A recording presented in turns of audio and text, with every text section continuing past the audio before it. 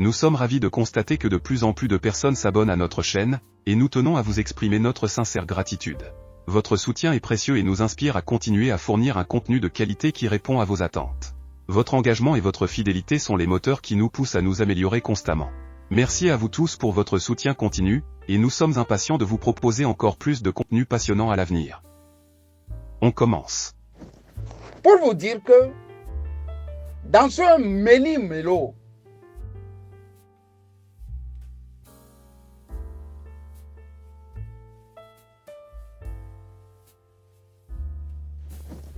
pour vous dire que dans ce méli-mélo, dans ce problème qui ne trouve pas de solution, mais qui trouve des gens qui ont des opinions sans avoir écouté tout le monde. Il y a seulement une seule personne que moi je vais interpeller. Comme toujours, Staline le disait, ou pardon, Lénine le disait, pas Staline. Après diagnostic d'un cas, il faisait toujours recours à sa fameuse question. Que faire? C'est ici que je fais rentrer Agboyom Kodjo en jeu. Président Agboyom Kodjo, comme je vous ai toujours appelé président, vous êtes 4 personnes, dont mon Kabou Sali. J'appelle pour demander de la santé. J'ai le doyen de la famille du côté de Paris, que je veux garder aussi, parce que lui aussi, il est âgé. Donc j'appelle pour demander de sa santé. J'écris pour demander comment il va. J'écris maintenant aussi, en second, à vous pour demander comment vous allez. J'appelle ma maman pour demander, maman, comment tu vas? Et depuis quelque temps, je fais en sorte d'appeler pour voir comment Monseigneur Fanoko Podjoro va. Président, ne vous laissez pas tomber plusieurs fois. Vous êtes tombé 6 fois. Mais vous pouvez vous relever la 7e fois si vous voulez. Mais vous ne pourrez pas vous lever avec les gens que vous avez tout autour de vous. C'est le mensonge qui a fait que nous vous avons soutenu. C'est le mensonge de l'autre camp qui a fait qu'on n'a dit plus jamais ça autour de vous et on est venu vers vous. Je vous dis sincèrement, président, j'aurais pu vous appeler, mais je n'ai pas voulu que ça donne d'autres tirades, d'autres tiraillements. J'ai voulu que le peuple togolais soit témoin de ce qui se passe. Après le diagnostic que je viens de vous faire. D'autant plus que vous avez vous aussi coupé le pont.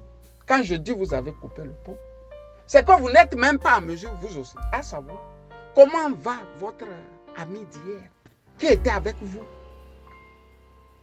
sous le soleil de Lomé à Sinkassé et sous le même soleil de Sinkassé à Lomé. Vous n'allez pas vous relever quand vous avez les jeunes gens que vous avez actuellement tout autour de vous. Le que faire ici est de vous dire de tout faire. Quand je dis de tout faire, je vous dis sincèrement de prendre sur vous du lieu de votre cachette, de rentrer en contact avec Monseigneur. Au soir de la vie de quelqu'un, il pardonne toujours avant de s'en aller. Si c'est vous qui êtes en erreur, ou c'est lui, une chose est claire. Vous allez vous entendre avant qu'il ne s'en aille. Mais si vous écoutez ces crasseux de garçons vous allez avoir sur votre conscience le fait que vous n'avez pas été proche de votre ami toute votre vie. Les historiens n'écriront jamais le nom de Adjou Edem dans la victoire de 2020. Aucun historien ne gravera le nom d'Adjou Edem. C'est votre nom qui sera gravé quand les historiens parleront du Togo. C'est votre nom qui sera gravé que vous avez battu à plat de couture un petit tyranno lors d'une élection. Personne ne célébrera le nom d'Adjou. À la limite, les bons écrivains ajouteront ce garçon comme un petit qui jouait avec les moyens que tout un peuple avait mis à disposition et qui sont malheureusement tombés entre ses mains. C'est vous, le personnage essentiel.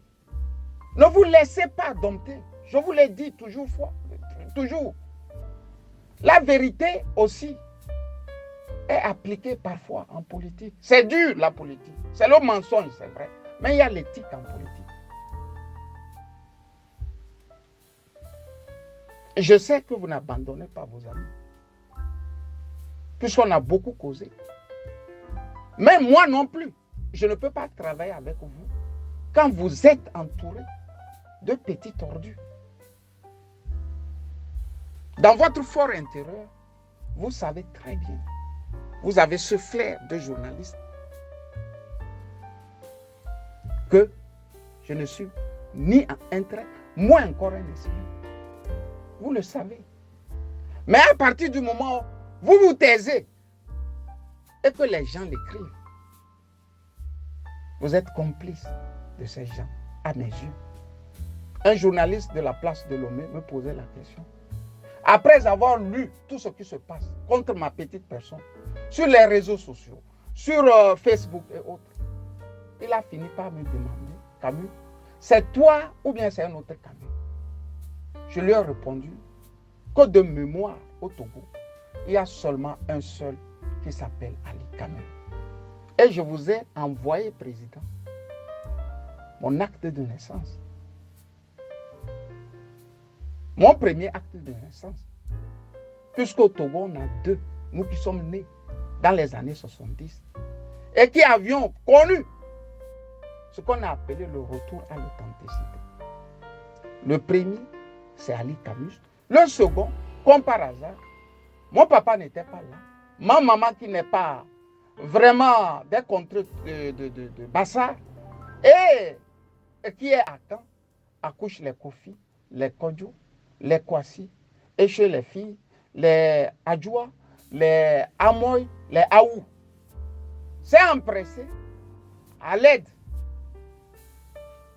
avec l'aide du plus connu des Bassars, Ali Bawa, le chanteur, de nous greffer ses noms.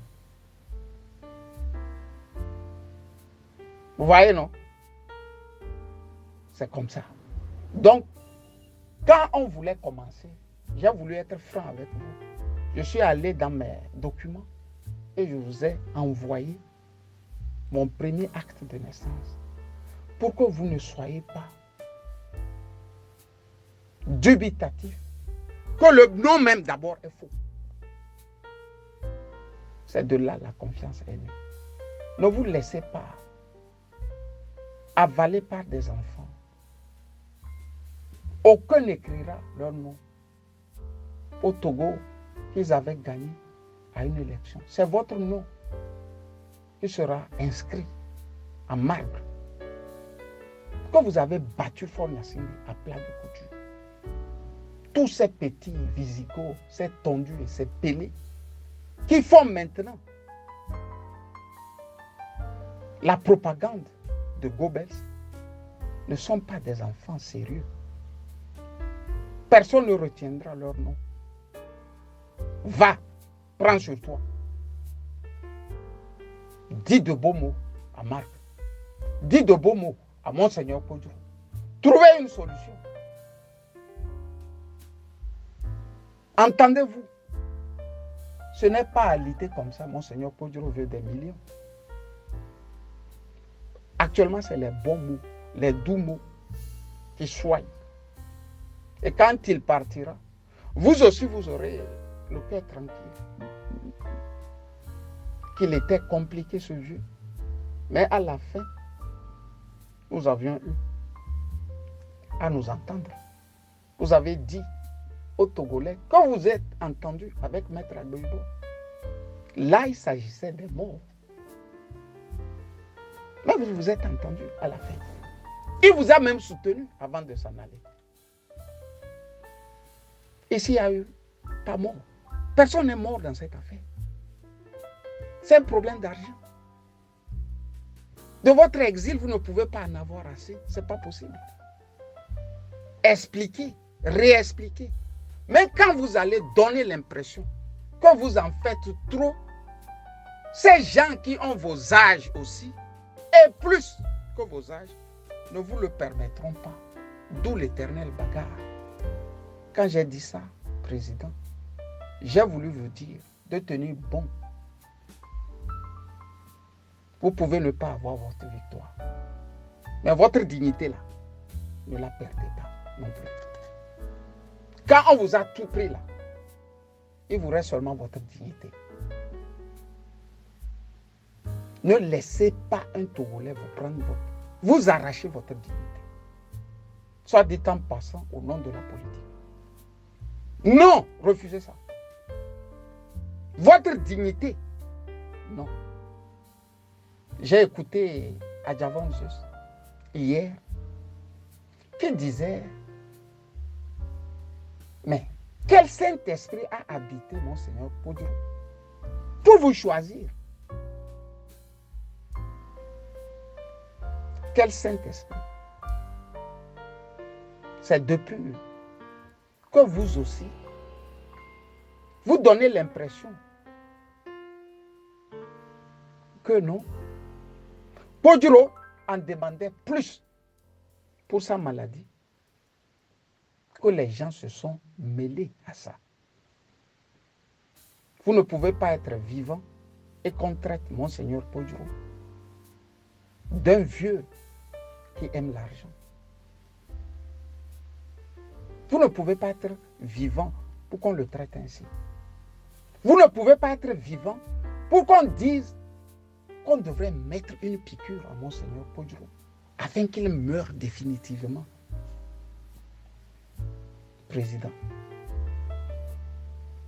quand ils ont commencé au lendemain des élections à vouloir cracher sur Podar, un seul mot a suffi pour que aucun Togolais ne prononça plus jamais le nom de Podar. Il coule ou mène sa petite vie du lieu de sa cachette et il vit en paix. Faites en sorte que tous ceux qui ont, à un moment de leur existence, pris sur eux de vous accompagner, ne souffrent pas dans leur âme. Moi, j'ai perdu mon frère. La décence voudrait en pays Bassar que je ramena ne serait-ce qu'un de ses habits, une de ses chaussures, pour remettre à sa mère, pour dire que j'ai ramené le corps de ton fils, maman. Depuis, avec cette histoire de la Demka, personne ne sait prendre l'avion vers le Togo. Mais vos jeunes ont dit qu'on se cachait, ou je me cachais, pour aller nuitamment à Lomé. Prendre de l'argent. Je dis prendre de l'argent. Président, j'ai parlé. Bonne journée de Djouma à toi et prends bien soin de toi. Si vous êtes nouveau sur la chaîne, n'hésitez pas à partager cette vidéo avec vos amis, et à vous abonner avec les notifications activées pour être informé de nos nouvelles publications. Pensez également à liker et pourquoi ne pas laisser un commentaire, partager pour nous aider à rester motivés pour vous apporter plus de contenu fantastique comme celui-ci.